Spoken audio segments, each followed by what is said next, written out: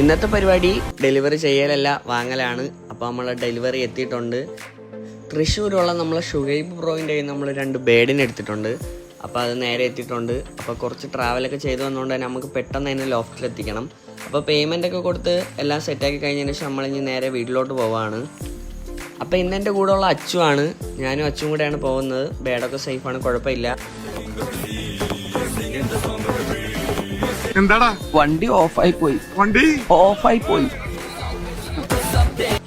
അപ്പോൾ അടിപൊളിയായിട്ട് പെട്രോളൊക്കെ തീർന്ന് രാത്രി നൈറ്റ് വൈബായിട്ട് നമ്മൾ നടന്നുകൊണ്ടിരിക്കുകയാണ്. പ്രാവൊക്കെ സേഫാണ്. ഇനി എപ്പോൾ വീട്ടിലെത്തുമെന്ന് അറിഞ്ഞുകൂടാതെ വണ്ടി തളർന്ന അച്ചു, വിജനതയുടെ ഏകാന്തതയിലൂടെ വീഡിയോ എടുത്ത് നടക്കുന്ന ഞാൻ. ഗ്യാങ്ങുമായി വരുന്നവനാണ് ഗ്യാങ്സ്റ്റർ. അവൻ ഒറ്റയ്ക്കാണ് വന്നത്. ഇനി കുറച്ച് ധന്വന്തരി കുഴമ്പെടുത്ത് വെച്ചോ. ആടി കഴിഞ്ഞ് തിരിച്ചു വരുമ്പോ എനിക്കൊന്ന് പുരട്ടാൻ.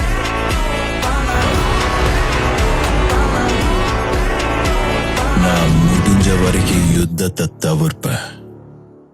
முடியலன்னா എല്ലാത്തിനും കാണിച്ചു തരാം. സ്കൂളിന്റെ ഫ്രണ്ടിലാണ് അച്ചു പഠിച്ച സ്കൂളില്. നൈറ്റ് വൈബൊക്കെ ഇതൊക്കെയാണ് ഇവിടുത്തെ നൈറ്റ് വൈബ്. നമ്മളെ പാഷൻ പ്രോ നമ്മൾ എണ്ണ ഊറ്റാൻ പോകും. ഇതെവിടെ വെക്കണ എടി? ഇത്രയും വലിയ ഗതി കെട്ടവൻ ഈ ലോകത്ത് വേറെ ആരെങ്കിലും ഉണ്ടാവും എന്റെ കർത്താവേ.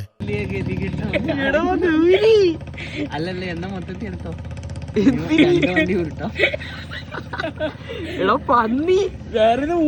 ഞാൻ പറഞ്ഞപ്പോ അപ്പൊ അടിപൊളി ദിവസം, ശുഭദിനം. ഒരു കാര്യം ചെയ്യാം, ഇപ്പൊ വിളിക്കാൻ വന്ന വണ്ടി വഴി കളഞ്ഞിട്ട് വന്ന വണ്ടി തന്നെ വീണ്ടും തിരിച്ചു പോവുകയാണ്.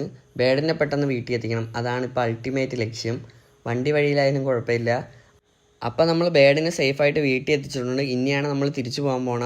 സകല ടൂൾസുമായിട്ട് പോവുകയാണ്. വണ്ടി ശരിയാക്കണ്ടേ, വഴി കളഞ്ഞിട്ടാണ് വന്നത്.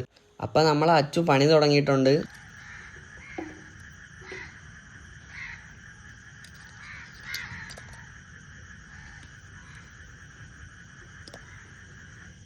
ഇതൊക്കെ എന്ത്